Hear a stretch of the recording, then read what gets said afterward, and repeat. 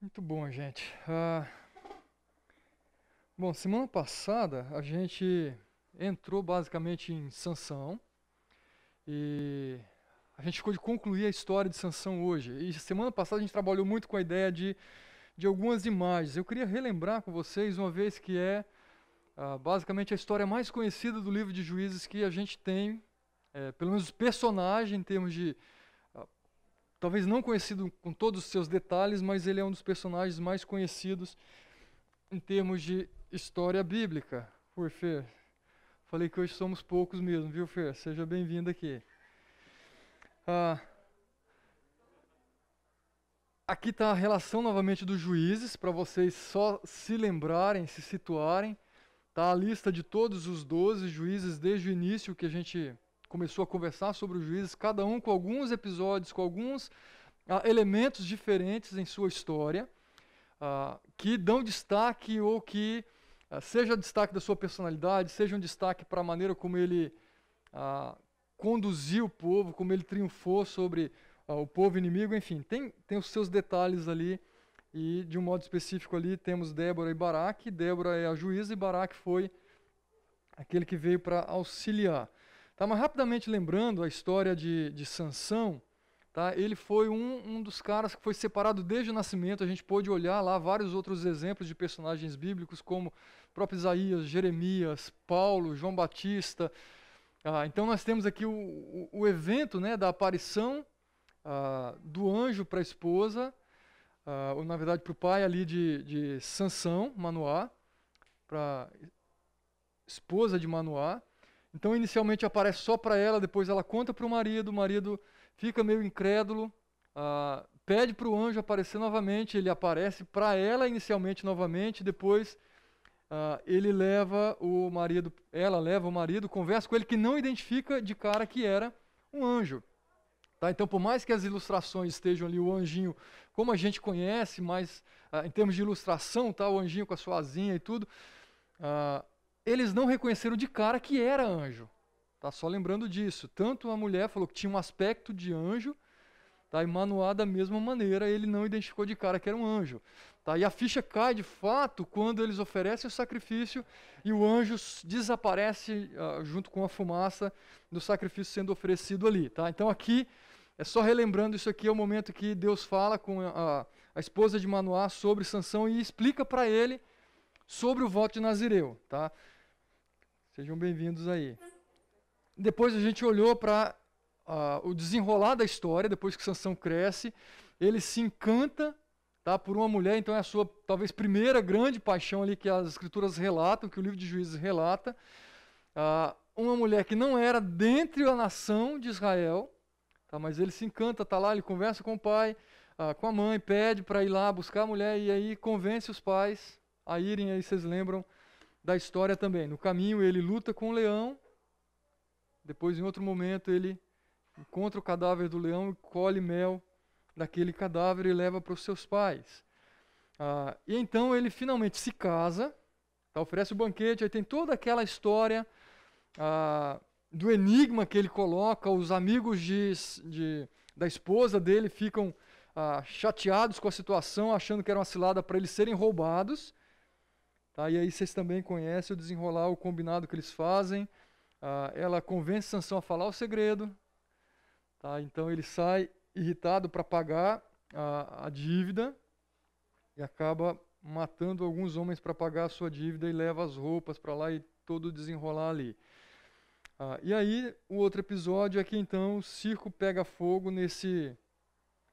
os filisteus querendo ir às forras ou a vingança por aqueles 30 homens que foram mortos.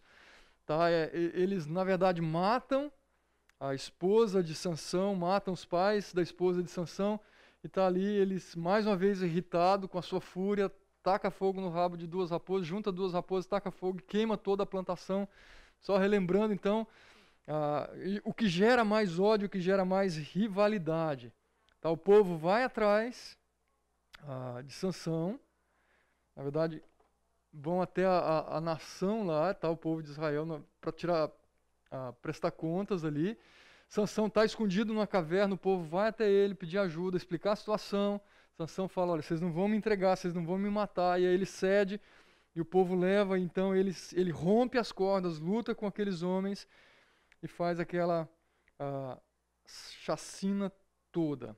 E aí a gente continua a nossa história a partir do capítulo 16. Tá? Então, a gente percebe ali esse histórico de Sansão, um cara... Vou resgatar aqui os atributos, né? Vocês colocaram semana passada. Um cara explosivo, insensato, imaturo, mimado, vingativo, orgulhoso, inconsequente, egoísta, surtado, temperamental, forte, iracundo, raivoso. Sofia não está aqui hoje para nos lembrar, né? O emocionado dela. Esse é o perfilzão de Sansão. Tá? E a história não para aí. Tá? A gente só vai descobrindo um pouco mais desses elementos, ou eles aflorando um pouco mais na vida e na história de Sansão. E aí a gente pega o capítulo 16 e olha como ele começa. Certa vez Sansão foi a Gaza. Lembra Gaza, a região, praticamente a capital ali onde se concentrava o povo filisteu. Tá? Então, mais uma vez, ele sai do seu povo e não aprende a lição. Tá? Foi para Gaza e viu ali uma prostituta e passou a noite com ela. A marca de Sansão, ele tem alguma luta tremenda com relação a mulheres. Isso está claro para a gente aqui. Tá? Seja uma carência afetiva, seja carência sexual, alguma coisa ele tinha por se entregar tanto e com tanta facilidade, e não só se entregar, mas ir em busca. Tá? Ele viu uma prostituta, passa a noite com ela, e então disseram ao povo de Gaza, Sansão está aqui. E então cercaram o local e ficaram à espera dele a noite toda, junto à porta da cidade. E não se moveram a noite inteira dizendo, ao amanhecer o mataremos. Ou seja, o povo ainda também está virado com Sansão. Tá? De alguma maneira estava perseguindo e tentando achar a oportunidade para pegá-lo e para se vingar do seu povo, ou pelo seu povo, por aquilo que havia acontecido ali. Tá? E aí olha o que diz, não se moveram a noite inteira e ao amanhecer o mataremos. E Sansão, porém, ficou deitado só até meia-noite, levantou-se, agarrou firme a porta da cidade, juntamente com os 2 batentes, e os arrancou com tranca e tudo. E pôs tudo nos ombros e levou ao topo da colina que fica de fronte de Hebrom. Então, desse episódio, a gente talvez lembra só desse fato, Sansão arrancando os portões da cidade, mas nem sempre a gente lembra por quê e em que contexto exatamente ele está inserido. Tá? Então, aqui precede ainda Dalila. Tá? Percebe? Dalila vai entrar agora no finalzinho da história de Sansão, e algumas vezes a gente engloba Dalila em toda a história de Sansão. Tá? Então, mais uma vez, ao levantar-se meia-noite, o texto não deixa claro se o povo foi atrás de Sansão e houve uma perseguição ou não. Mas o povo estava vigiando, aguardando o momento para pegá-lo. Tá, mas o texto fala que ele levantou meia-noite, arranca os portões da cidade. O que é isso, arrancar os portões da cidade? Tá? Era muito comum naquela cultura, naquelas regiões, as cidades serem cercadas por muros e terem grandes portões para protegerem contra os inimigos. Tá? Então, basicamente, provavelmente ali em alguns horários fechava-se esse portão, em alguns lugares talvez era fechado o dia inteiro e controlava o fluxo, né, entradas e saídas. E Sansão se encontrou preso naquela cidade, naquela região. Tá? Ou seja, não houve para ele o pensar outras alternativas senão usar da sua força sobrenatural e arrancar os portões. Gente, a gente vai falar arrancar um portão. Não é algo pequeno, não. Tá? E não foi só quebrou o portão. O texto fala que ele arrancou os portões, a porta da cidade, juntamente com os 2 batentes. Você fala, bom, arrancar a porta talvez é fácil, né? Arranca as travas e tudo. Mas se você olhar que a gente tentar arrancar essa portinha aqui, a gente já não consegue arrancar só a porta, muito menos com os batentes. Tá? Essa era a força de Sansão. E ele não apenas arrancou, o que ele fez? Ele arrancou e fez o que, de acordo com o texto? Colocou nos ombros e levou ao topo de uma colina que fica de frente de Hebrom. Para que isso, né? Para que levar isso? Não fica claro o texto, mas isso mostra mais uma vez a sua força. E esse monte, se a gente for olhar, alguns estudiosos falam, olha, não é daqui ali na tenda, né? Subiu um morrinho. Ele andou cerca de 50 a 60 quilômetros com essa porta nos ombros. Tem ideia do que é isso? Tá? É você ir daqui, talvez até Itatiba, Morungaba, Gente, é andar pra caramba com uma porta nas costas. O quanto ele parou para descansar ou não, não temos ideia. Mas isso mostra a força física que Deus deu para Sansão. Tá? O potencial que Sansão tinha como libertador da nação. E até aqui, o que a gente vê em Sansão? Ele estava agindo como libertador da nação? Sim, não, por quê? E aí? Ele estava agindo como libertador da nação? Não, por que não? Ele está agindo como o quê, então?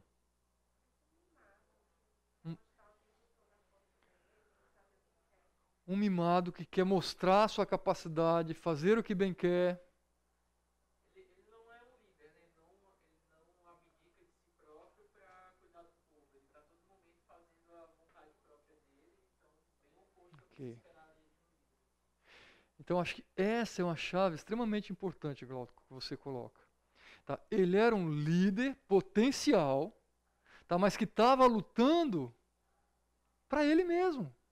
Tá? Em busca de suprir a sua própria necessidade, em resolver as suas próprias frustrações, em saciar os seus próprios desejos.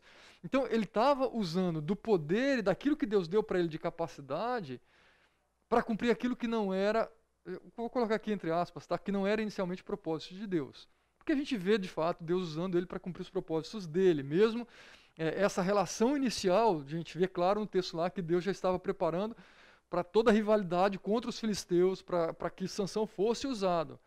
Mas é um uso diferente dos outros juízes. Os outros juízes, a gente realmente vê um líder sendo levantado, sendo preparado para conduzir o povo e para conduzir um exército, seja ele grande ou seja ele um exército pequeno de 300 homens. Tá? Mas há um rastro de liderança surgindo ali.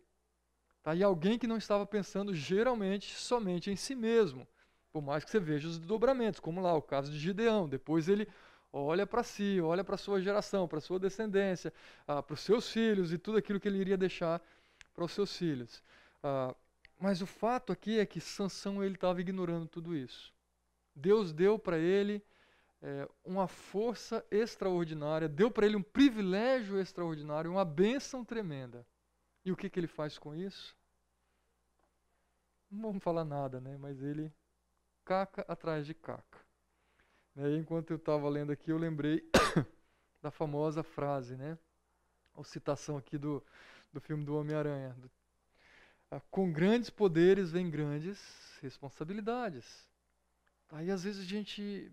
É uma frase que você fala, que legal. Mas ela faz sentido também pra gente. Quando Deus nos dá grandes poderes, e Ele tem nos dado, fala, puxa, a gente tem Deus do nosso lado. A gente tem o Espírito Santo que habita em nós.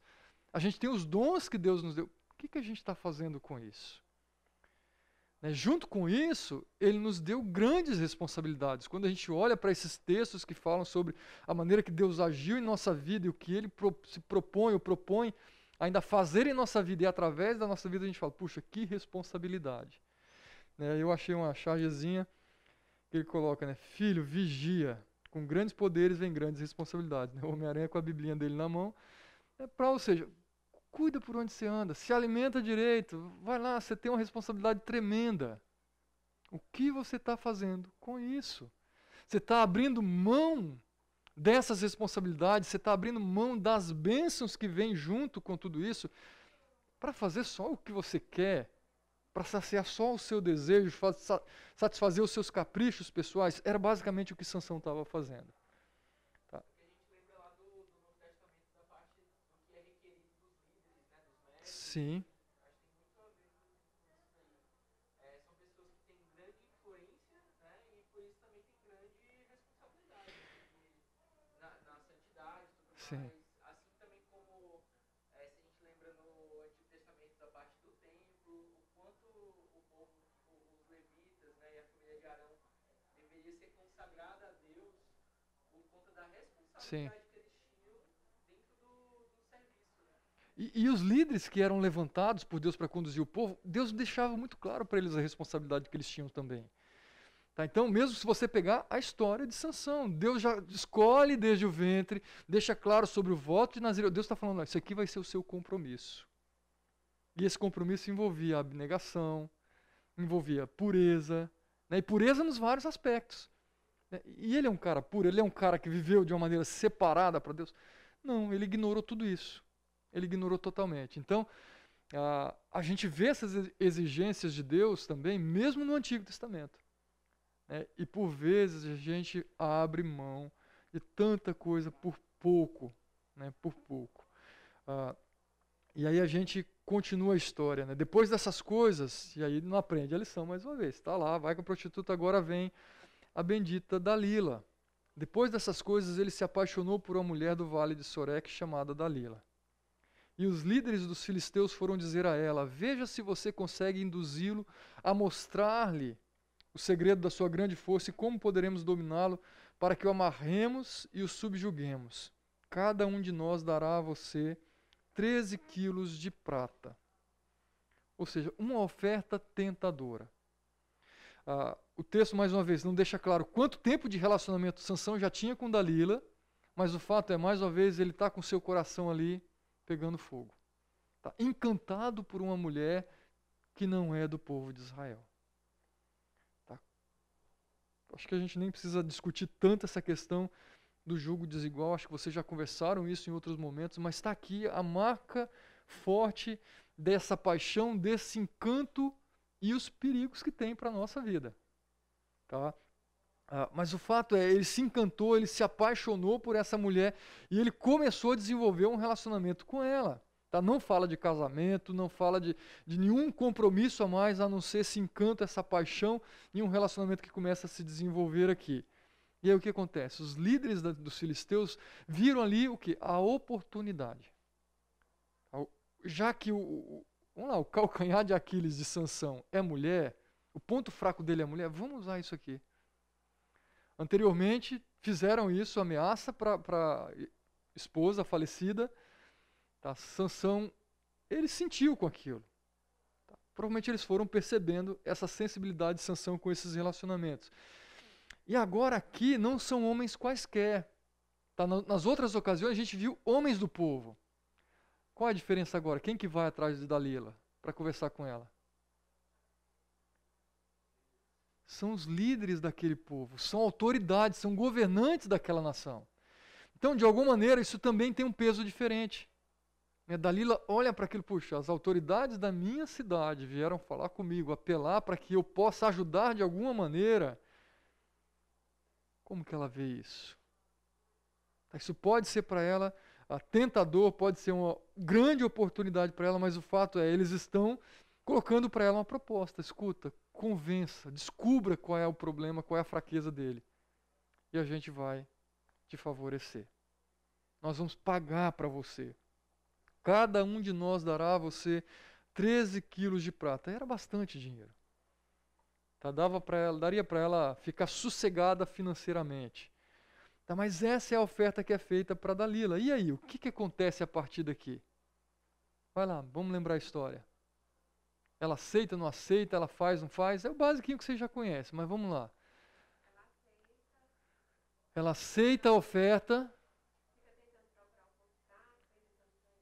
Fica tentando achar o ponto fraco. Perguntando para ele.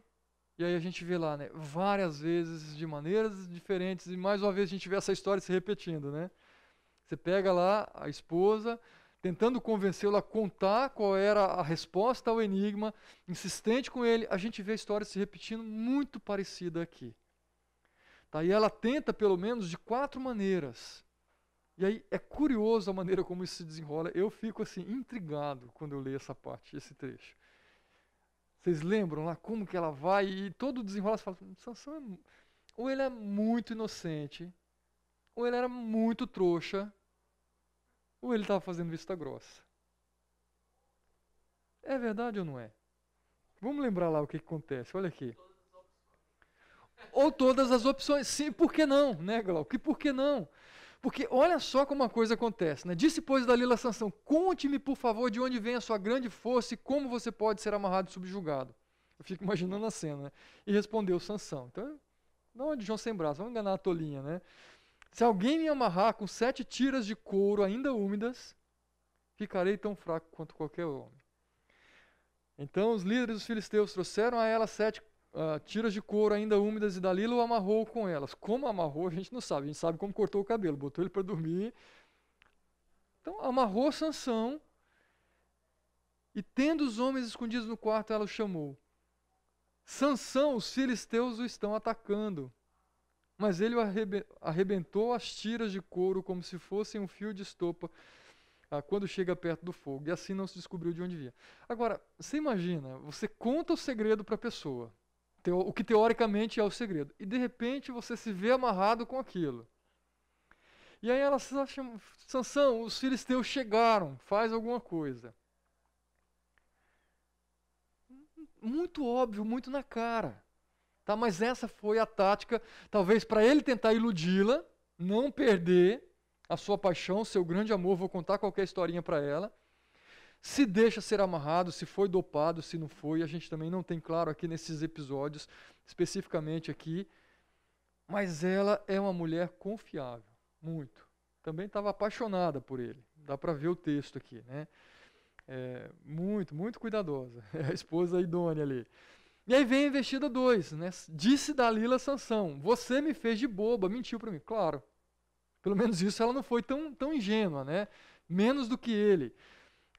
Agora conte-me, por favor, como você pode ser amarrado. E aí ele inventa mais uma história. Agora, se vocês me amarrarem, ou se me amarrarem firmemente, com cordas que nunca tenham sido usadas, ou seja, tinham que ser cordas novas, virgens ali em termos de uso, ficarei tão fraco quanto os homens. E aí a história repete praticamente igual. Dalila o amarrou com cordas novas, depois, tendo os homens escondidos no quarto, ela o chamou. Sansão, os filisteus o estão atacando, mas ele arrebentou as cordas dos seus braços como se fossem uma linha. Igualzinho. Mais uma vez, ingenuidade, tolice, ou ele queria se exibir, mostrar, não, escuta, não tem nada que me segura. Pode ser. Tá? É uma possibilidade de mostrar para ela que, olha, Dalila, você não entende, ninguém pode me deter. Mais uma vez, o texto não está claro. Investida 3, ela não para aí. E disse Dalila a Sansão, até agora você me fez de boba e mentiu para mim. Diga-me como você pode ser amarrado. Então ele inventa uma terceira história, que agora é, se você tecer num pano as 7 tranças da minha cabeça e o prender com uma lançadeira, é como se fosse talvez uma ferramenta de tear. Tá? Essa ideia que ele está colocando aqui. E aqui ele reforça uma informação que a gente já tinha visto em outro lugar. Ele andava com tranças no seu cabelo. Tá? Pelo menos nesse momento aqui ele está com essas tranças, não necessariamente o tempo todo. Mas ele fala, ficarei tão fraco quanto qualquer outro homem. E assim, quando ele dormia, e agora aparece esse elemento, quando ela fazia isso, quando ela amarrava, quando ela, provavelmente, né, quando ela prendeu o cabelo dele aqui, quando ele dormiu, Dalila teceu as 7 tranças da sua cabeça num pano e o prendeu com a lançadeira. Novamente o chamou, Sansão, os filisteus estão vindo sobre você. Despertou do sono, arrancou a lançadeira do tear junto com os seus. É engraçado que o texto, nenhum desses textos fala que ele partiu para cima daqueles homens. Eu fico curioso, né? O que aconteceu com eles? Ficaram olhando, ficaram com medo, saíram correndo. Eu imagino que saíram todos correndo, porque o cara era forte, já estava isso comprovado, visto de uma maneira muito clara para eles. Então os caras deviam ter tremido que só quando viram Sansão se libertando e racharam fora. Tá? E a gente vê mais uma vez Dalila enganada, se sentindo tola, se sentindo traída. E aí a gente vai perceber um outro elemento, que é se sentindo não amada. Cadê aquele homem que me ama? Cadê aquele homem apaixonado por mim? E aí vem a investida 4, que é a mais famosa. E aí eu trouxe uma imagem, é uma obra conhecida, tá? Que fica no museu, que é Dalila e Sansão, feito por um pintor italiano. Onde está o erro nessa imagem? Tem algum erro?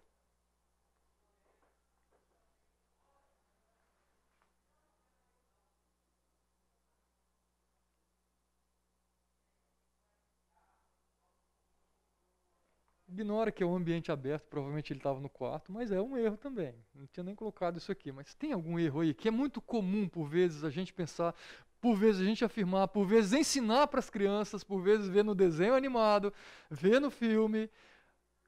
Tem algum erro? Ela está usando um instrumento de corte ali, pode ser uma navalha, pode ser uma tesoura. Então leia o texto, pode ler esse texto, dessa quarta investida de Dalila, e vamos ver se você descobre alguma coisa aqui. Você perceber como que é sutil, né? A gente vê uma obra e fala, que legal, como traduz a história. Tem um filme de Sansão, que é um recente, muito bom filme, por sinal, tá? Vale a pena você assistir se você procurar. Eu acho que ele está disponível no YouTube, não está para comprar. Eu imagino que quando é pirataria, o YouTube também corta. Que ele foi lançado nos Estados Unidos, naquele canal tipo Netflix, que eu acho que é Puriflix, não é? E não tem lá no YouTube. Ele é bem interessante, que ele é muito fiel em vários detalhes, mas quando você lê a história e atenta aos detalhes, você percebe, puxa, não é bem assim, isso aqui ele mudou. Tem uma liberdade poética, mas tem detalhes que ele muda realmente como de fato aconteceu. E muitas ilustrações mudam um pequeno detalhe sobre a história de Sansão e essa relação com Dalila. Não foi ela quem cortou o cabelo de Sansão. Tá? Aqui tem ela cortando o cabelo de Sansão. Você fala, isso é bobeira, é detalhe simples. É detalhe simples, mas você muda a história. Tá? Ela chama os homens para cortar o cabelo de Sansão. E isso a gente vê em muitas ilustrações, em muitos desenhos, em muitos filmes. Então você muda um pouquinho a história. Se ela foi covarde ou não, não significa isso. Ela tinha os homens, foi a armadilha, a maneira como ela colocou, e talvez uma maneira dela se exaurir, tirar a culpa de si mesma. Não fui eu que cortei. Foram os homens que cortaram. Tá? Então, mesmo numa obra clássica e tão conhecida, você percebe, puxa, podia ter atentado a esse detalhe. Essa semana eu estava conversando com o Natanael, ele falou não lembro o assunto, né, mas a gente estava olhando alguma coisa de ilustração. E ele falou que teve algum material infantil falando sobre a Arca de Noé, que o cara que desenhou, e eu acho que eu também nem atentaria para isso. Né? Ao colocar os animais, colocaram o casal de leões, só que são 2 leões com a juba enorme. Né? Então, eu falo, para mim ia passar batido, né? Eu não sou o grande conhecedor aí da fauna, mas a leoa não tem juba. Então, eu falo, o que é isso aqui? Alguma apologia? O cara realmente não prestou atenção? Então, às vezes, um detalhe em imagem comunica. Tá? Seja comunica um desconhecimento, uma falta de atenção, e por vezes comunica de fato uma apologia. Tá? Como a gente vê claramente hoje em dia, tantas questões fazendo apologia através de imagens, desenhos animados e tudo mais. Mas vamos lá então lembrar esse detalhe, esse momento aqui. Olha só, então ela lhe disse, como você pode dizer que me ama se não confia em mim? Agora ela apela. Você não me ama. E volta lá parecido com a esposa lá de Sansão. Essa é a 3ª vez que você me fez de bobo e não contou o segredo da sua força. E observe o 16. Importunando o tempo todo, ela o esgotava dia após dia, ficando ele a ponto de morrer. Então, quando a gente vê aqui também essas informações, dia após dia, não foi um dia atrás do outro, houve intervalos entre um episódio e outro. Tá? Então, talvez essa coisa dela envolvê-lo, encantá-lo, fazer com que, esquece esse episódio aqui, eu te amo mesmo, eu cuido de você, o nosso tempo está gostoso. E agora ela apela, você não gosta mesmo de mim, você não me ama. E a ideia de importunar tá ali o tempo todo na cabeça dele. Tá? Até o ponto que ele lhe contou o segredo. Jamais se passou navalha em minha cabeça, disse ele, pois sou nazireu desde o ventre materno. Se fosse raspado o cabelo da minha cabeça, a minha força se afastaria de mim e eu ficaria tão fraco quanto qualquer outro homem. Isso é verdade? Ou é mais um engano? É mais uma mentira? Já pararam para pensar que isso pode ser mais uma mentira dele? E aí? O fato é, ele dorme, cortam o cabelo dele e ele perde a força. E aí? Vou deixar essa pergunta para vocês pensarem, tá? É uma pergunta que talvez você nunca ouviu, né? Mas eu me deparei com uma pergunta como essa no material que eu estava lendo. Quando Dalila viu que Sansão lhe tinha contado todo o segredo, enviou a mensagem aos líderes: subam mais esta vez, pois ele me contou todo o segredo. E então, ou seja, agora eles acreditaram. Olha que outra diferença. Esse detalhe ele não fala. E então os líderes dos filisteus voltaram a ela levando a prata. Agora estão levando o dinheiro. Por alguma razão, ela acreditou que isso era de fato e os líderes também acreditaram. Agora sim a gente pega Sansão. E fazendo-o dormir no seu colo, ela chamou um homem para cortar as 7 tranças do cabelo dele. E assim começou a subjugá-lo e a sua força o deixou. E então ela chamou: Sansão, os filisteus estão o atacando. E ele acordou do sono e pensou: sairei como antes e me livrarei. Mas não sabia que o Senhor o tinha deixado. Tem algum elemento que ajuda a gente a processar e talvez falar: por quê? É a força, não é a força? O que você olha? O que esse texto evidencia? Não, é o cabelo mesmo. Não é o cabelo. E aí? Traz algum elemento que você percebe nesses textos? Nesses versículos? Pelo menos que te ajuda a pensar.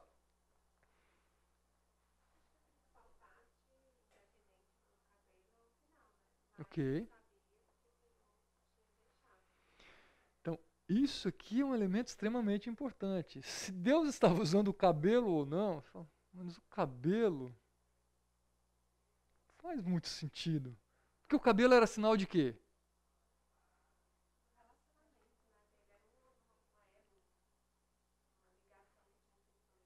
Ok, estava ligado com o voto de Nazireu, certo? Então, se ele cortasse o cabelo, o que ele ia fazer? Quebrar o voto. Agora, Sansão já tinha quebrado esse voto. Percebe quanto elemento que você fala? Então, o cabelo foi um passo a mais que ele deu para quebrar esse voto. Ele já tinha tocado em cadáver, ele já tinha se tornado impuro porque ele escolheu mulheres de outro povo, ele teve relações com ela. O voto já havia sido quebrado. O que mais que você percebe de elemento aqui? Ele achou que, meu, esse aqui vai ser só mais uma coisa, provavelmente, né? Porque quando ele acorda, ele achava que ia ter a força. Por que ele afirma um negócio desse então? Você fala, puxa, Provavelmente ele achava que a força. sairei como antes e me livrarei. Então, essa fala dele, me parece que ele estava com mais um argumento para ela, simplesmente. Parece. Por mais que o texto, né, a narrativa, coloque ali, cortou-se o cabelo dele e a sua força o deixou. Mas ele fala assim, a sua força o deixou porque cortou o cabelo? Ou a sua força o deixou porque está relacionado com esse fato aqui? Então, gente, estou trazendo elemento para pensar. Isso é tão novo para mim quanto talvez seja para você. Tá? Algumas vezes a gente crê piamente e defende piamente. A força de Sansão estava no cabelo. Talvez ele era um sinal do voto de Nazireu. E lembra, muita coisa externa, mas o seu coração já estava longe de cumprir, longe de compromisso com Deus.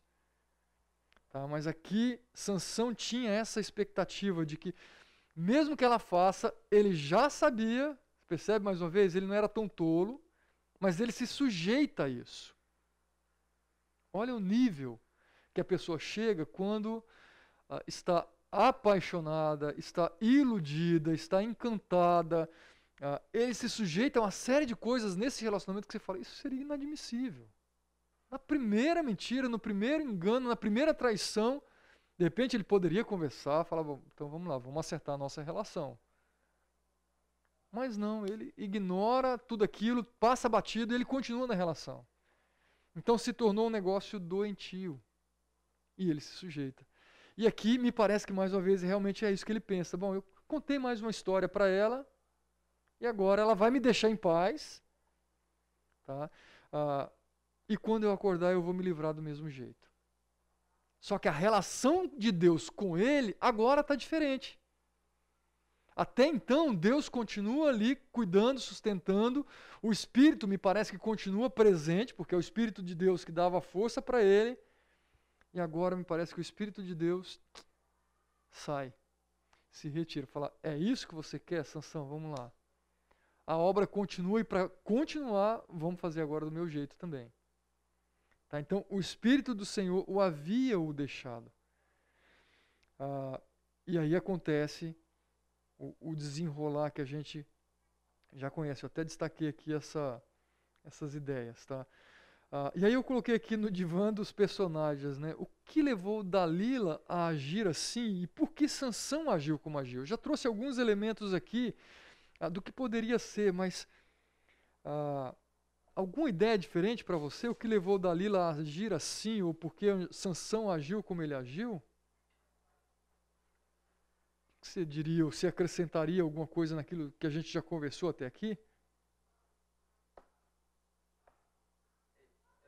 Quando eu olho Sansão, eu vejo ele muito uma figura que tem sempre em toda a família, assim, que é a pessoa que tem vários relacionamentos, se entrega muito e sempre se dá Uhum, mal, assim. Vocês, acho que todo mundo tem um tio, uma tia, um primo, que é sempre aquela pessoa que tem muita dificuldade no relacionamento, sempre está se entregando, sempre se dá muito mal. E Sansão eu vejo muito dessa forma, assim, era um cara que se entregava, se uhum, apaixonava e ficava cego. E assim, para ele não importavam as consequências daquilo, né? Só que assim, quando eu faço essa comparação, eu vejo tô vendo só do lado de quem é parente daquela pessoa que está aham, sendo iludida. Só que na verdade, essa pessoa que está sendo iludida, ela também é um problema.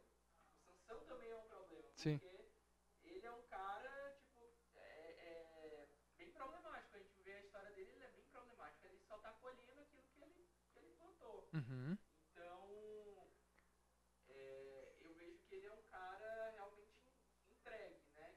Que é como qualquer ídolo das nossas vidas, ele escraviza a gente, é, ele faz da gente gato-sapato, né? Ilude a gente, né? aham. Traz toda a irracionalidade da gente à tona. Então acho que você colocou um elemento aqui interessante, Glauco. Acho que a gente pode chamar a Sansão de um cara idólatra. Ele não seguia Astarote, ele não seguia Dagon, mas ele tinha uma idolatria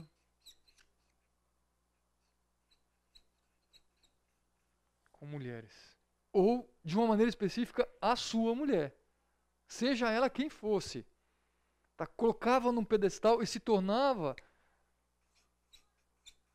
cego. Tá? Então, provavelmente está aqui um dos problemas de Sansão. O cara estava cego. Tá? Por isso ele agiu como agiu. O que mais que você acrescentaria aqui nessa relação aqui?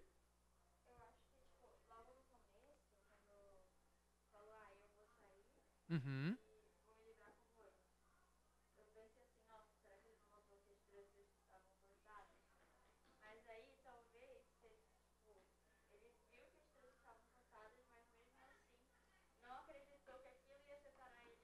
Aham.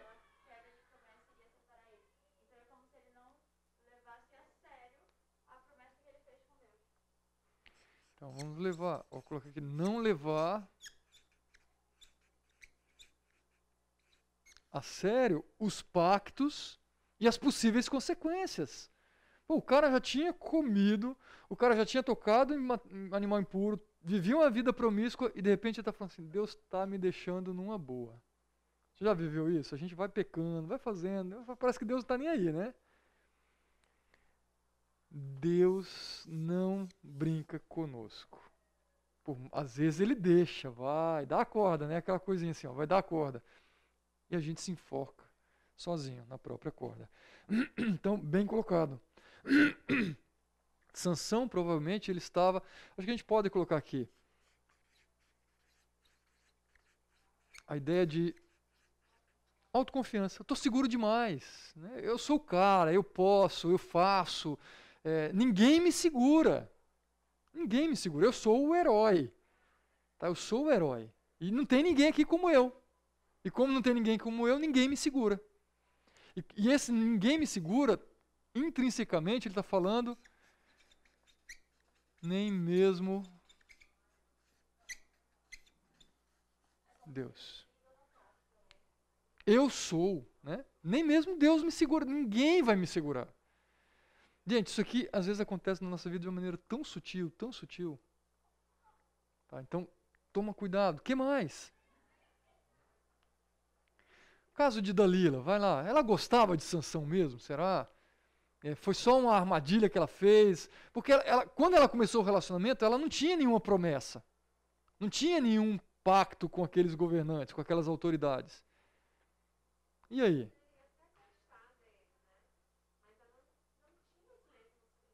Uhum.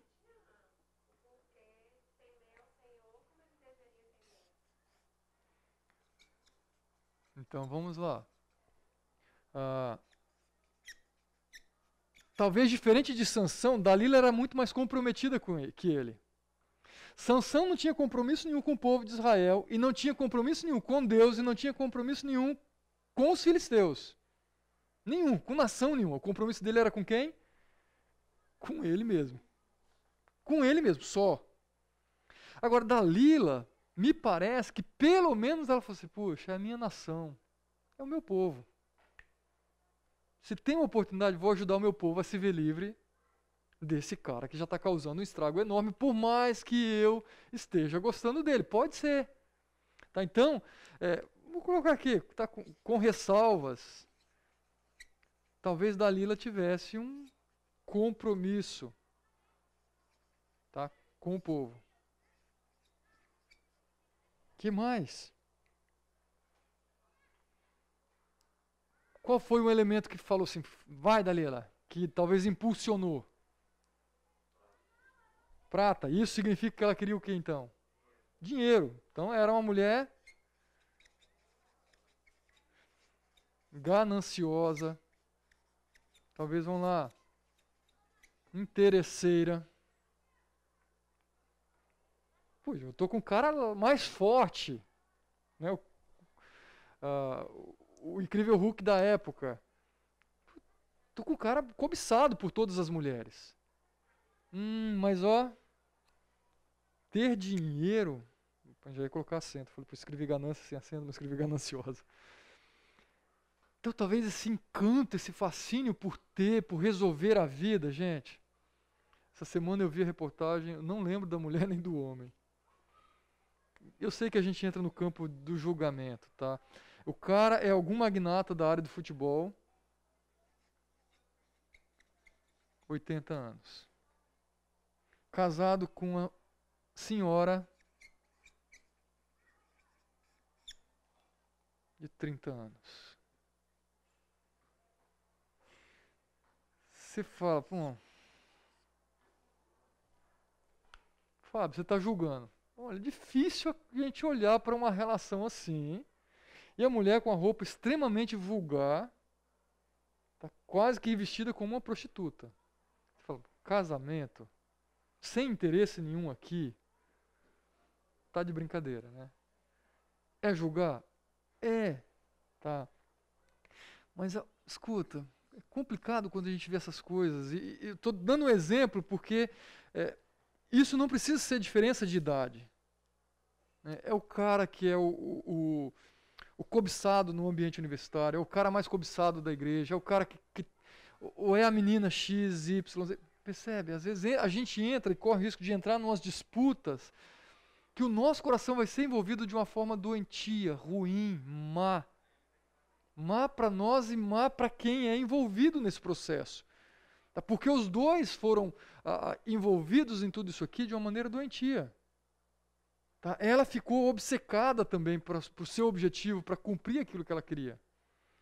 Tá? Quantas e quantas pessoas, quando ganham na loteria, o casamento acaba, a família acaba. Tá? Porque um começa a querer pegar o dinheiro do outro. E tem casos e casos. No Brasil mesmo tem um caso famoso, acho que do Rio de Janeiro, que a mulher matou o marido porque o marido ganhou na loteria para ficar com o dinheiro do cara.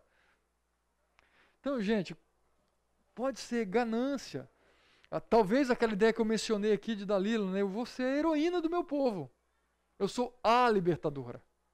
A libertadora. Então vem aí o prestígio, o reconhecimento. Agora, eu coloquei para a gente pensar também. No divã da nossa própria vida, né? Que tipo de relacionamento você sonha construir? Pô, você já está pensando em ter alguém do seu lado, né? Talvez olhando lá na frente, o tipo de homem que você quer, que tipo de mulher te encanta. Aí você já começa a examinar o seu coração. E precisa fazer isso. O que tem me encantado nessa pessoa? É o físico? São as habilidades A, B, C?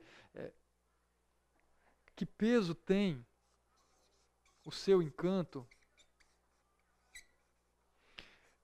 Ei lá.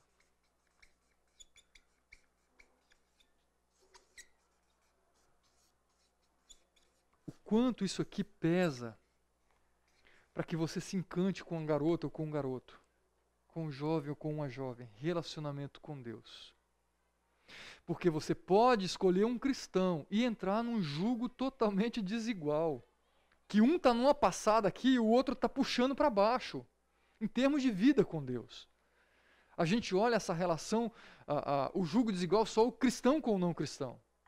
Escuta, se você quer crescer com Deus, se você ama Deus, se você ama servir ao seu Deus e quer ter uma família, pensando lá em Josué, né, eu e minha casa serviremos ao Senhor, não é eu e a minha casa iremos na igreja. Considere isso.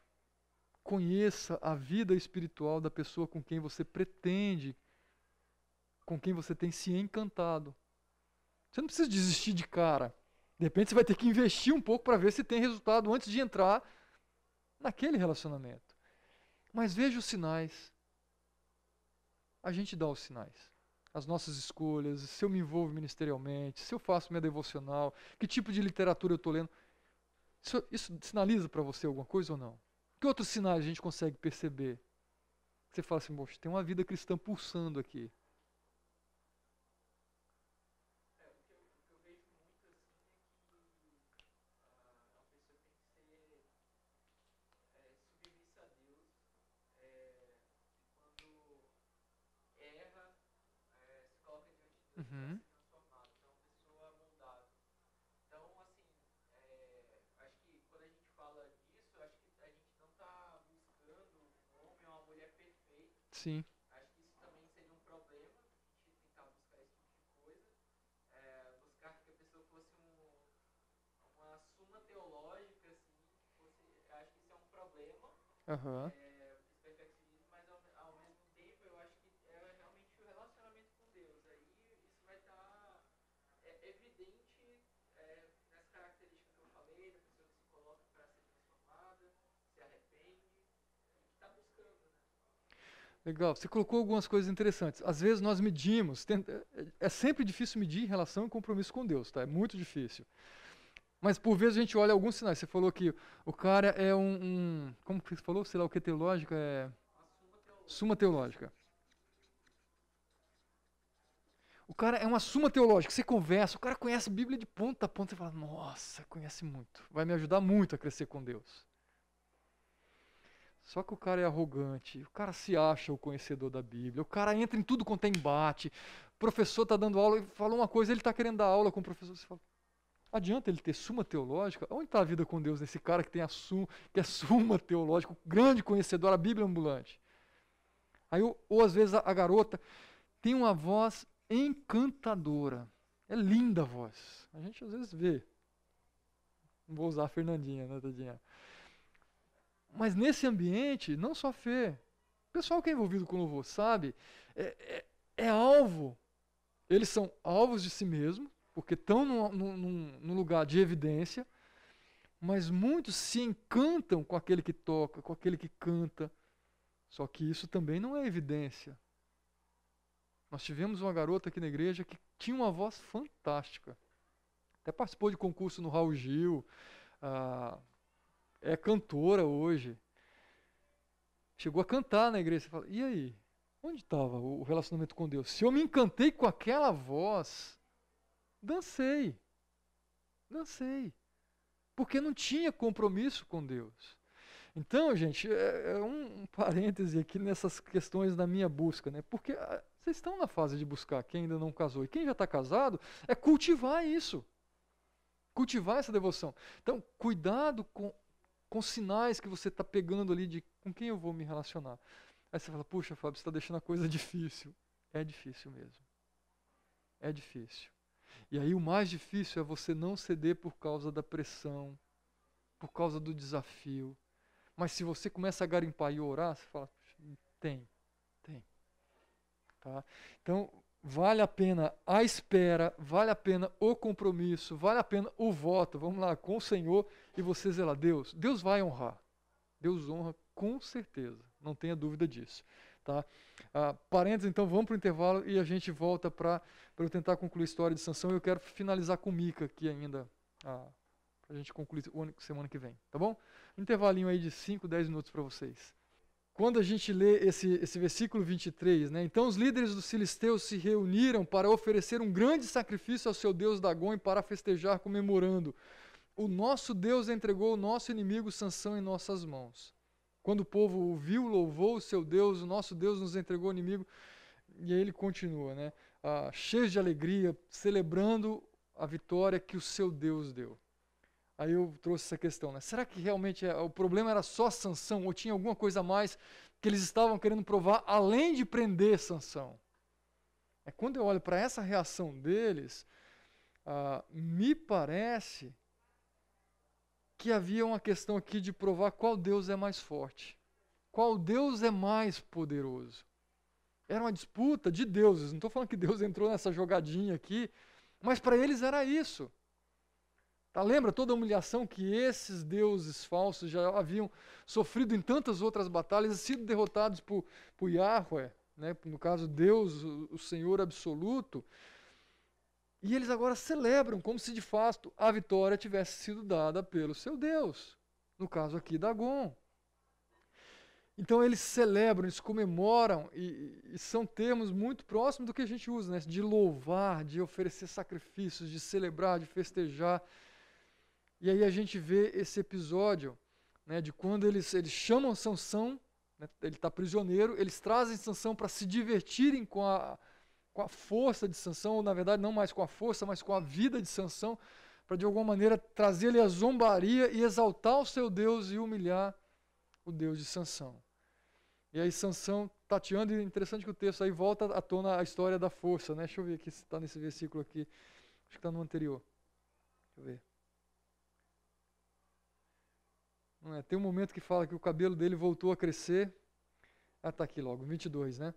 Os filisteus o prenderam, furaram seus olhos e levaram para Gaza. Prenderam-no com algemas de bronze e o puseram a girar no moinho na prisão. Mas logo o cabelo da sua cabeça começou a crescer de novo. Ponto. Tá? Não fala que a sua força voltou de cara. Ele só menciona isso. Então, pode ser que de fato Deus fazia essa relação cabelo como sinal e a força que ele tinha. Tá? Volta à história. Não estava defendendo que não era o cabelo, mas tem elementos ali que a gente precisava considerar. Não só ali, como aqui também. Não é o cabelo que trouxe a força de volta, mas esse fato aparece aqui. Pode ser a simbologia, exatamente. Tá? Então, ele faz essa menção. Porque quando a gente vai ver aqui, o que fez a força voltar não foi o cabelo que cresceu. Tá? Aí a gente vem aqui, né, indo para a fonte. O que acontece de diferente? Tá, Sansão, naquele momento em que eles o levam lá para aquele templo, para quando estava a multidão enorme lá, festejando, comemorando, celebrando, havia mais de 1000 pessoas naquele ambiente, e Sansão pede para um dos jovens, um dos caras que estava conduzindo, para ele tatear os pilares de sustentação, e ingênuo o cara também, né? Mas ele falou, Sansão não tem força nenhuma mais, não vai fazer mole, isso aqui é um lugar para se apoiar, para andar. Tá? Ele já estava articulando algo. E aí, eu coloquei aqui, indo direto para a fonte, né? Versículo 28. O texto fala que, né, havia cerca de 3.000 homens e mulheres vendo Sansão que os divertia. O que ele estava fazendo, o texto também não deixa tão claro. Mas aí, o ir para a fonte, eu coloquei o versículo 28. E Sansão orou ao Senhor. Ó soberano Senhor, lembra-te de mim. Ó Deus, eu te suplico, dá-me forças mais uma vez e faze com que eu me vingue dos filisteus por causa dos meus 2 olhos. Mais uma vez, um pedido egoísta, no sentido de vingança. Mas o propósito de Deus estava além da vingança Sansão. Tá, mas o fato é, agora ele tem um mínimo de reconhecimento e vai na fonte e fala, Deus, me dá a força. Eu não sou forte sozinho, eu não sou esse cara autossuficiente, autoconfiante, mas eu preciso do Senhor. Tá? Ele não foi totalmente humilde aqui, mas a gente percebe algum sinal, alguma coisa ele estava aprendendo nesse momento. Tá? Então ele vai direto para a fonte e pede ao Senhor para que a sua força fosse restaurada. E então Sansão forçou as duas colunas centrais sobre as quais o templo se firmava, apoiando-se nela, tendo a mão direita numa coluna e a esquerda na outra, e disse: que eu morra com os filisteus. Tá? E então empurrou, e ali a gente conhece a história que as colunas desabaram e o templo veio abaixo.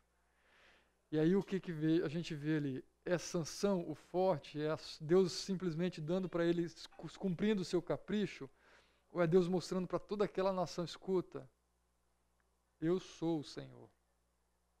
Sou eu o Deus de Sansão. Sou eu quem dá a força. Não é simplesmente um cabelo que vai derrotá-lo. Porque o Deus que agiu na vida dele lá, age nele com cabelo ou sem cabelo. Tá? Então Deus, na verdade, mostra isso para o povo de Israel, para a nação. Seria uma evidência tremenda, mais uma vez, um Deus sendo humilhado, um falso Deus sendo humilhado e Deus sendo exaltado. Tá? Então é super interessante olhar desse prisma, né? Esse conflito entre deuses aqui, Deus simplesmente decretando e mostrando: sou eu o Senhor absoluto. E depois a gente vê que a família vai buscar o corpo de Sansão para enterrá-lo ali entre eles. E aí, concluindo essa história de Sansão, eu coloquei aqui, né? Duas ideias: o perigo do sucesso e a bênção do fracasso. Eu acho que são dois elementos que a gente precisa considerar. Quando a gente é bem sucedido em algo, e às vezes é com o auxílio de Deus, enquanto a gente está no processo, a gente está na busca de Deus, dependendo de Deus, mas quando a gente chega no topo, é o perigo da gente venda nos olhos e a gente se esquece quem que levou a gente até ali em cima. Então é o perigo. Pensa lá, Salomão, é exatamente isso aqui: chegou no topo, conhecimento, dinheiro, esqueceu de Deus. Agiu com insensatez. A gente tem esse perigo, mesmo que em algum momento a gente tenha um relacionamento muito sério com Deus. A gente olhar a história de grandes pastores, de líderes que foram, vamos lá, chegaram ao topo com megas igrejas, e em algum momento de descuido, de distanciamento da sua relação com Deus, queda. Tá? A gente percebe isso na história do povo de Deus. E a gente tem que estar atento para isso sempre, o perigo do sucesso. Tá? Lembrando, e aí eu coloquei para a gente lembrar aqui o texto de Provérbios. Tá? O orgulho vem antes da destruição, o espírito altivo antes da queda. Quando a gente chega lá em cima, o perigo é enorme, porque a gente começa a olhar de cima e deixa de olhar para cima. Percebe? A gente começa a olhar com esse olhar altivo. Então a gente está se preparando para cair. E ao mesmo tempo, quando eu estou chamando aqui de a bênção do fracasso, é que é exatamente a história de quando a gente está lá no chão, a gente fala, o caso de Sansão.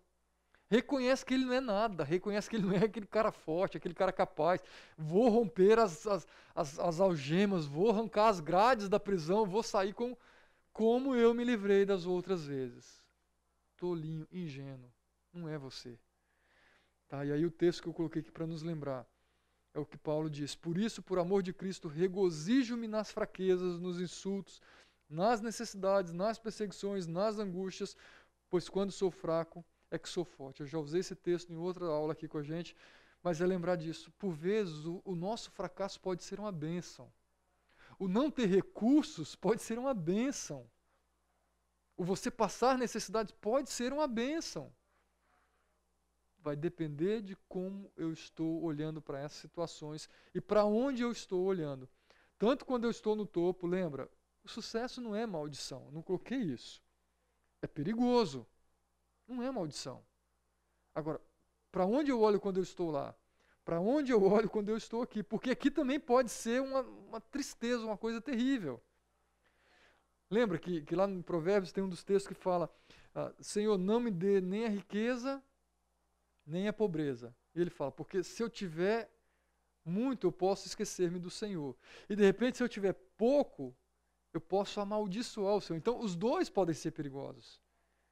Mas eu preciso estar atento, que o meu sucesso pode ser um grande perigo, mas o meu fracasso pode ser uma grande bênção na minha vida. E aqui a gente fecha Sansão. Alguma pergunta, alguma dúvida, algum comentário sobre Sansão? Ok. Os capítulos que seguem agora, basicamente, encerra esse ciclo, História de Juízes. Sobre Sansão ainda tem uma curiosidade, eu coloquei aqui, eu acabei não mencionando. O nome Sansão, curiosamente, significa filho do sol. É alguém que tem ali, vamos lá, luz sobre ele. E ele termina a sua vida, contraste, né? Escuridão, cegueira. Escuridão espiritual, cegueira em termos de visão. Então é muito curioso a riqueza que a gente encontra na Bíblia com os nomes, com termos, com trocadilhos. E a história de Sansão é uma dessas. O cara que tem um nome que é filho do sol, mas terminou a sua vida em completa escuridão. Tá? Só um adendo aqui, uma curiosidade. Então, eu até coloquei aqui, tá, os próximos capítulos descrevem agora o que acontecia quando os israelitas eram deixados por conta própria. Uma visão sombria da humanidade sem Deus. Tá, e mais um detalhe sobre a vida de Sansão. Ele foi praticamente um dos únicos juízes que sofreu uma derrota tremenda. Tá, ele foi o juiz que lutou em busca de causa própria aqui, e também sofreu a derrota, mas houve o período de paz que Deus proporcionou ao povo através da sua vida. Tá? Você percebe lá entre o primeiro relacionamento e esse relacionamento com Dalila, falar que ele teve 20 anos de paz. Provavelmente foi um intervalo ali que Deus deu sossego para o povo. Tá? Então, esses próximos capítulos, a gente não vai ter a história de um juiz novo surgindo aqui. Mas a gente vai perceber algo acontecendo nesse período sem juiz. Que é exatamente, cada um fazia o que era próprio, o que era correto aos seus próprios olhos. Então a gente vai ter duas histórias, uma aguinha com açúcar, e a última é uma história cabulosa, como eu falei, né? O livro de Juízes é um livro com histórias terríveis. Então essa cabulosa vai ficar para a semana que vem. Essa aqui é a história de um cara chamado Mica. Vocês lembram, já leram essa história? Lembram o que tem nessa história de Mica? Vocês já ouviram essa história alguma vez? Ou já tentaram? Talvez você já leu a história e passou batido. Mas vamos lá, deixa eu trazer alguns elementos e eu realmente vou usar os 15 minutos que a gente tem para essa história aqui. Havia um homem chamado Mica dos montes de Efraim que disse certa vez à sua mãe: os 13 quilos de prata que lhe foram roubados e pelos quais eu a ouvi pronunciar uma maldição, na verdade a prata está comigo, eu a peguei. E disse-lhe sua mãe: o Senhor te abençoe, meu filho. Alguma coisa chama a atenção nesse começo de história aqui? Parece que tem alguma coisa errada. Oi? Gente boa esse cara. Boníssima. É o filho que cuida da mãe assim também. Você vê aqui que de alguma maneira a mãe tinha dinheiro, tinha os seus bens guardados ali para algum fim, não fica claro. Esses bens desaparecem. E me parece que ela ficou um tempo procurando esse dinheiro. E o filho, caladinho. Só que quando a mãe começa a pronunciar maldições para quem roubou esse dinheiro, aí mexeu um pouquinho com ele ficou com medo. E ele vai e abre o jogo. Mãe, sabe aquele dinheiro lá, aquela prata? Está comigo. Mas me chama a atenção a reação da mãe. O que ela fez? Pegou um chicote, né, e deu-lhe vou ensinar um negócio para esse moleque. Não. Ela simplesmente fala: o Senhor te abençoe, meu filho. É como se, que bom que está com você, eu estou feliz que está com você. A gente já percebe aqui uma atitude que não é das melhores. Tá? Primeiro, ele não estava arrependido pelo que fez. Ele não simplesmente guardou. O que ele fez aqui? Escuta, ele roubou. Ele roubou da própria mãe. Aí você acrescenta um pouco mais. Tá? O roubar já é terrível. Roubar da própria mãe, pior ainda. O cara não estava arrependido. Ele estava com medo. A gente confessar alguma coisa por medo, tudo bem, já é um passo. A nossa confissão diante de Deus tem que ser mediante a nosso arrependimento, reconhecimento do nosso erro. Então, o cara deixou de aprender uma lição e a mãe perdeu a oportunidade também de ensinar algo para ele. Tá? Porque ela logo para de amaldiçoar e vem trazendo, se é que eu posso dizer, trazendo bênção, né? Mas pelo menos proferindo aquilo que poderia ser bênção na vida dele. E aí no livro do Timothy Keller, não está exatamente fiel ao que ele diz aqui não, tá? Que é aquele livro Juízes para Você. Eu dei uma mudadinha na frase, mas seria exatamente essa ideia aqui, olha, pais muito críticos ou muito severos trazem prejuízo para a vida dos filhos. Isso é verdade? Sim. Tá aquele pai que é carrasco, tudo ele briga, tudo ele bate, tudo ele critica, bota o filho lá para baixo, tá? Ou humilha demais. Tá? Ou, é aquele pai que não sabe ser carinhoso, não sabe confrontar em amor, não demonstra esse cuidado. Mas, ao mesmo tempo, pais condescendentes também trazem prejuízos enormes. É aquele pai que não fala não, é aquele pai que não chama atenção, é aquele pai que, vamos lá, os pais de Sansão, né? Dá para o filho aquilo que ele quer, cede a chantagens emocionais. Os dois lados são extremamente perigosos. Os dois lados são. Tá? Então, vocês que serão futuros pais, considerem isso. Tá? E não só quando vocês forem pais, mas agora enquanto filhos também.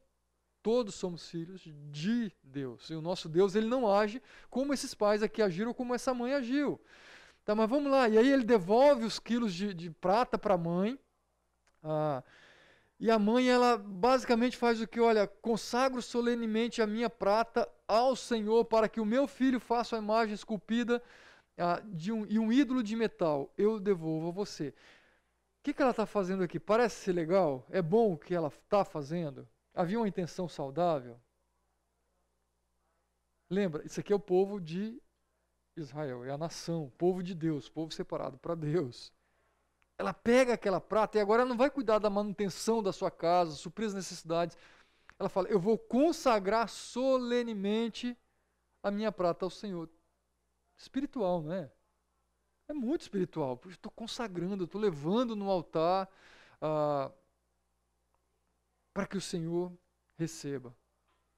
E aí fala aqui, mas ele devolveu a prata para sua mãe e ela separou 2 quilos e 400 gramas e deu a ourives para que ele fizesse a imagem e o ídolo. E estes foram postos na casa de Mica.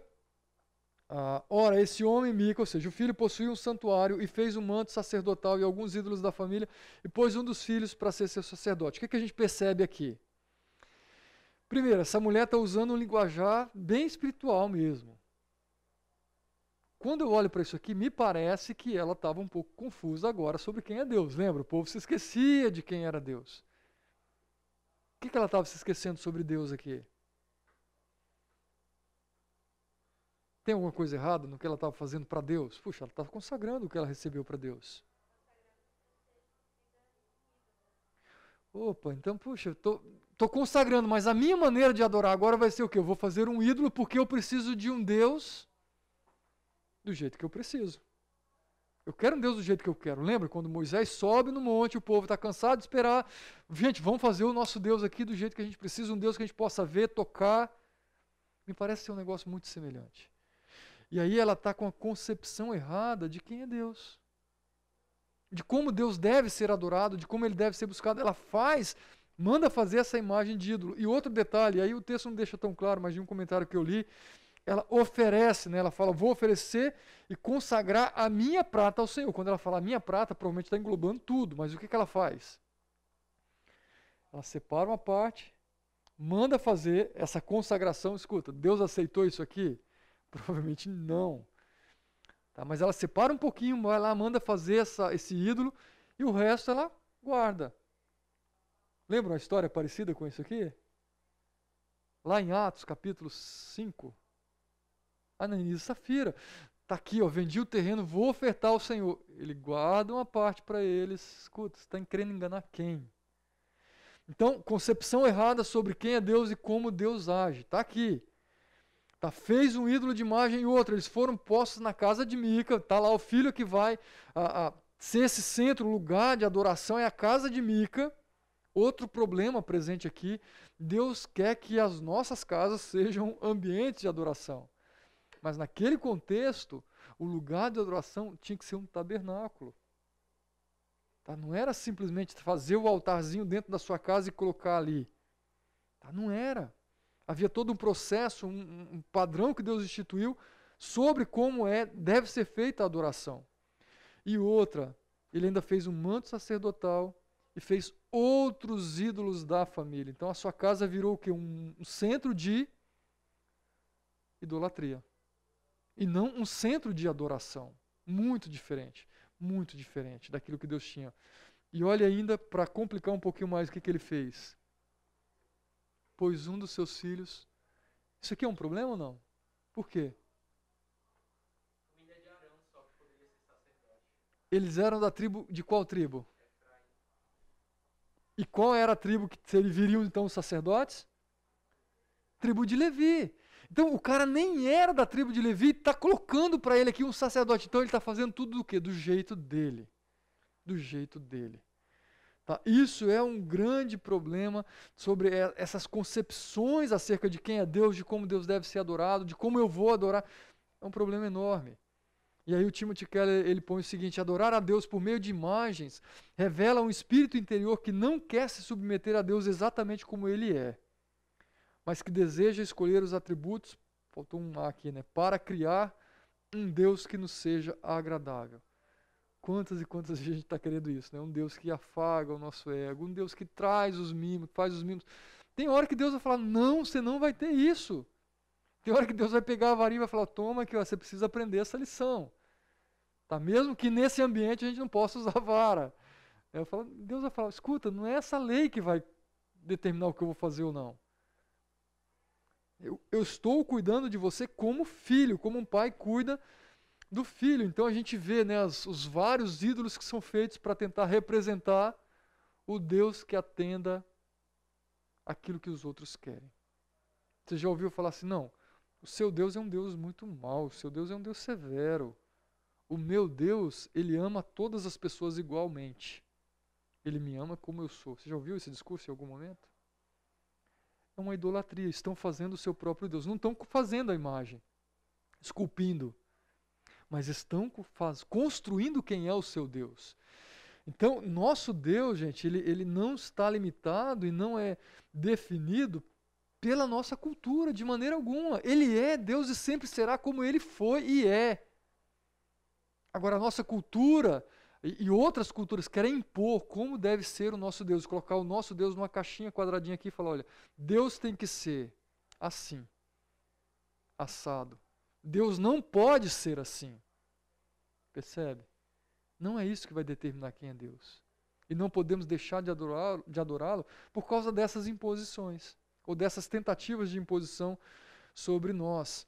Né? E aí a gente vê uma família que está confundindo a atividade religiosa com a adoração genuína. Eles estão fazendo coisas aparentemente religiosas. Puxa, minha casa, construí um lugar, estou ofertando para Deus. Puxa, pegamos aqui alguém para ser o nosso sacerdote. O sacerdote é um papel importante. Tem um manto sacerdotal. Escuta, não adianta. Você tem na sua casa a Bíblia aberta lá, né, no Salmo 91, sei lá qual é o salmo que você vai deixar.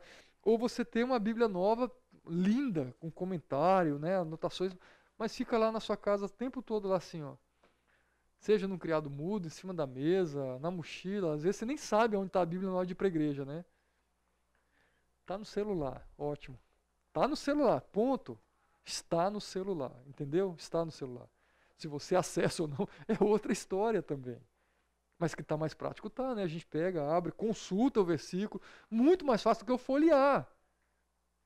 Mas você tem usado, né? Ou está fazendo atividade religiosa. Não é isso que Deus quer. Naquela época não havia rei em Israel, cada um fazia o que lhe parecia certo. Tem um problema com essa frase aqui também ou não? Com essa citação ou menção que se repete em Juízes. O que ela comunica para nós?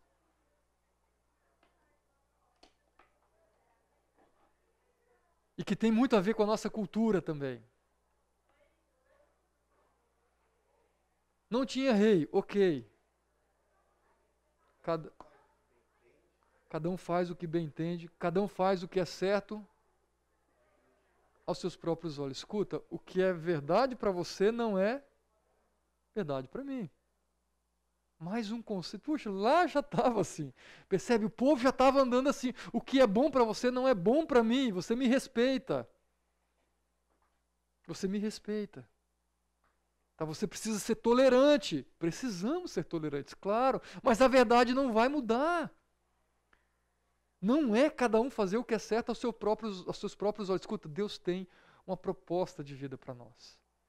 E se você crê que Ele é Deus, cuidadoso, amoroso, que conhece o que é melhor para nós, vai lá, anda nesses caminhos, conheça.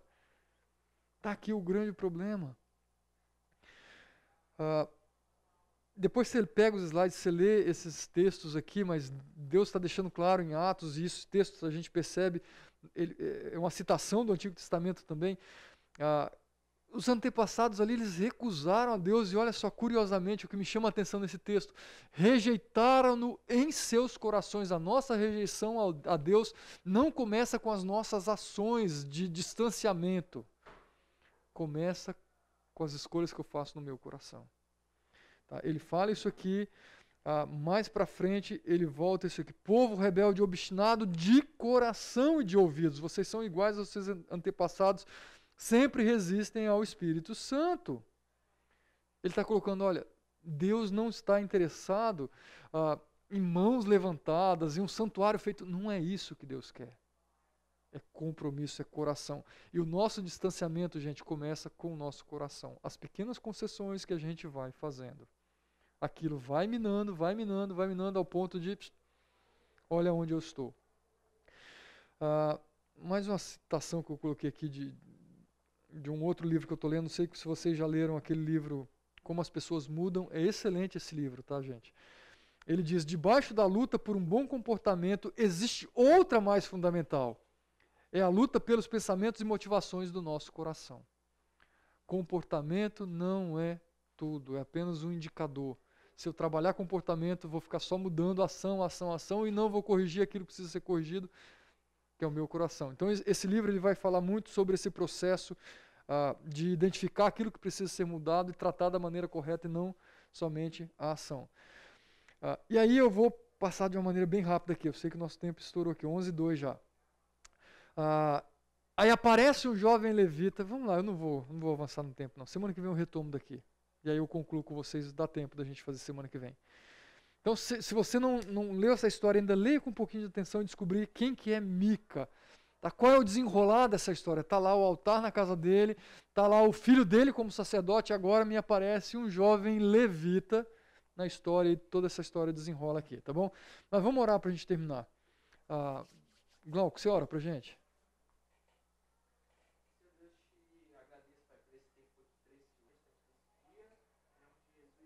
Amém. Gente, obrigado. Semana que vem, nossa última aula aqui de fechando Juízes, tá bom? Obrigado pelo tempo de vocês.